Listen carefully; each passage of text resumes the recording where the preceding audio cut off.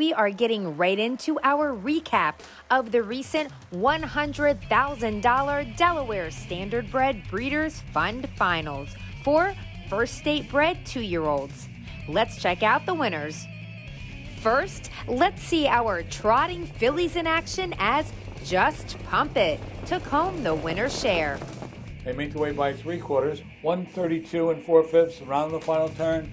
Just Pump It, and exactly what I want. Our Last Penny is there, dropping out of it Babe Ruthy, falling outside Miss Timberwolf. They come toward the top of the stretch, pulling away Just Pump It. Just Pump It has opened up a quick 3 lengths. Our Last Penny takes over second. They straighten away. Just Pump It's got a 3-length lead coming through the stretch, and Just Pump It and Art Stafford Jr. Just Pump It is in front. Our Last Penny and Miss Timberwolf gets up for third, 203. Just Pump It, bred by Winback Farm, won her rich final by a length in a career best of 203 and paid over $20 to win. The young CR Commando filly is owned by Art Stafford and Art Stafford Jr., who's also the trainer and the driver, and who we got to speak with after this victory. When you saw who you were up against in this race, what were your thoughts going into the race? To overcome the 8-hole, the outside post. Couple nice fillies in there, can go as much as she can, but I had to be lucky to get there. Now, whose horse is this? This filly is owned by my father and me. We bought her last year at the Timonium sale, Harrisburg sale, and was trained down all winter at my home farm. And how did you prep for this week? Any different? Not really. Put some new shoes on and tried to keep her healthy. A lot of sickness going on right now, and she's come through it pretty well. And then how did that race unfold? Anything like you thought it would be? No, not exactly, because I thought Pat's filly, I thought he would be floating out there. I knew Alan would probably float some and try and get to the front, and it just kind of worked out for me. Kept moving towards the front, and we got there, and from there she can pretty much trot right with the rest of them. Now, are you expecting big things from this horse because of this race, or did you always expect it? She actually didn't train down like she was one of the top fillies for Delaware. I've had some that have trained down a little better, but some of your worst training horses end up being good race horses, so everything's worked out good so far. Didn't train down real strong all winter. I tried training her with my trot Colt a couple times, and she could trot with him but not go with him. He's just a little bit faster than her. But she's figured it out. She's starting to figure it out pretty good. And I talked to your wife just before the winter circle, and she said she was very proud of her horse and her driver. You have anything you want to say about her? She does a lot of work on her. She keeps the barn going while I'm on the racetrack. She does a good job. Now onto some pacing action as Shabby Chic dominated her DSBF final for 2-year-old pacing fillies. 5 3/4, 126 3 around the final turn. Shabby Chic, the leader, banked the win back in the second outside. Gateway Gal's had a rough trip. They come toward the top of the stretch. Shabby Chic, a 2.5-length lead. Banked the win, Gateway Gal, and they're at the top of the stretch, turning her home. Shabby Chic, a lead of 2 lengths. Down the inside, banked the win, coming through the stretch. Shabby Chic, banked the win, and Gateway Gal. They come toward the wire. Shabby Chic is in front. Then it's going to be banked the win, and Gateway Gal third. 155 2. Shabby Chic, owned and bred by Let It Ride Stables, remained unbeaten in her 5 career races with a 155 2 victory in her final. The daughter of Badlands Hanover went wire-to-wire for trainer Mike Hall, and winning driver Tim TETRICK joined Harrington Raceway assistant general manager Matt SPARACINO for a quick interview. I'm joined by winning driver and recent Hall of Fame inductee Tim TETRICK here aboard Shabby Chic, who entered the race 4 for 4, came in unbeaten. She leaves unbeaten. Tell us about Shabby Chic. She's a really nice little filly. She's got good family. She does her job. She likes her job, and she's got good gait speed and relaxes once she gets there. And she does her job right. She knows how to do it. You drove this filly in the elimination, so you had some familiarity with her. Obviously, it looked like her and Gateway Gal looked like the two scourges of the division, and the draw really shook out in your favor here tonight. Were you pretty intent on getting the front end after you saw the draw? You know, with the way it was playing, yeah, half-mile track, you want to be on the front or really close to it. And, you know, I thought I had the best mare, and the draw, the way it come out, you know, it helped my position a lot.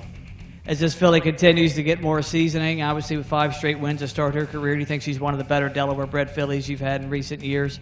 Well, she's above average. She's undefeated so far, and she's, you know, getting around here very well. And, you know, Delaware goes for good money, so, you know, she's going to have opportunity to make a lot of money without getting too hot, hopefully. Hall of Famer Tim Tetrick, good to see you on a Tuesday here at Harrington Raceway. Congratulations, winning driver for Shabby Chic, and congratulations to all the connections involved, trainer Mike Hall and company.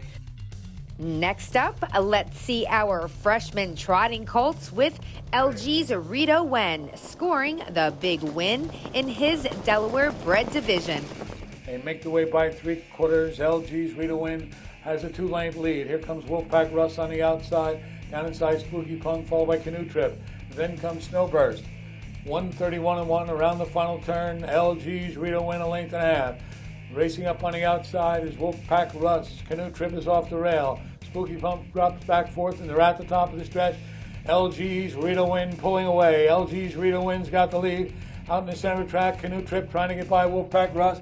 They come toward the wire. LG's Rito Wen, Jim Moran. Then it's going to be Canoe Trip and Wolfpack Russ in 1:59.4.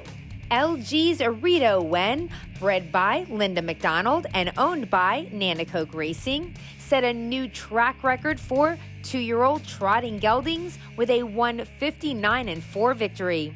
The son of Anders Bluestone set off all the teletimers and won by 7 lengths for trainer Les Givens, and at the controls was driver Jim Morand.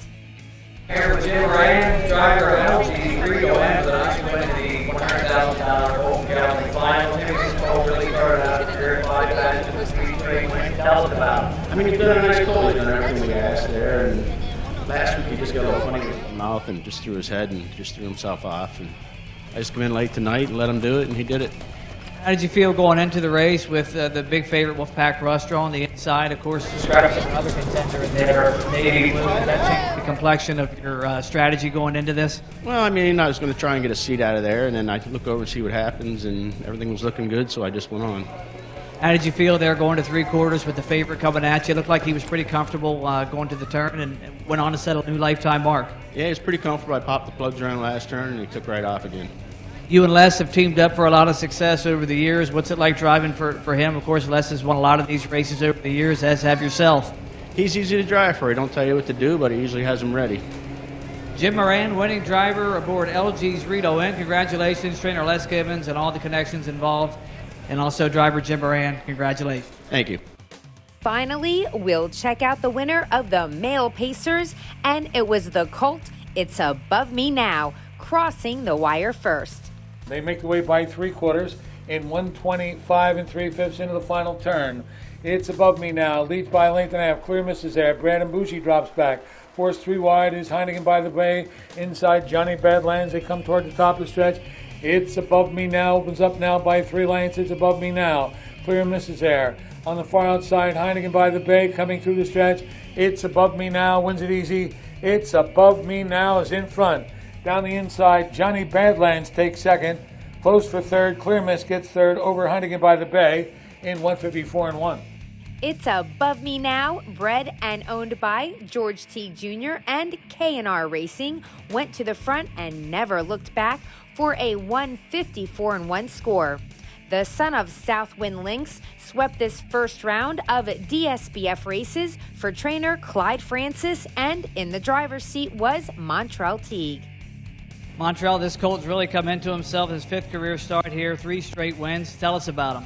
He's been a nice Colt training down the whole way. We had a few times where we had to figure him out to make him finish, but I don't know, he just got better and better with time. And I think going to the track actually showed him experience, and it worked out today. Obviously, winning the draw, getting post position 1, I'm sure was something you guys were happy to see when the draw came out, and looked like you were intent on having the lead in there. Yeah, for a certain amount of time. I mean, if I had the 2 horse, I definitely would have let him cut the mile and hopefully come down the inside lane and pass him. But without him in there, I had to do my own thing, and it worked. Tell us about your thoughts going into the race with Heineken by the Bay. Obviously, it won 4 in a row, drawing the outside, and then the 2 scratches in here, the 2 and the 7. Did that come into your strategy at all? Yeah, a little bit. I thought Artie, Russell, and maybe Jason Thompson would have been coming out of there, but it made my job a lot easier when they didn't. Montrell, are there any other plans outside of Delaware for this horse the rest of the year, or do you think he'll just go to Dover and compete in the fall series there? That's up to Deb. I'm pretty sure he's just going to shoot for Dover and just stick with the Delaware Stakes.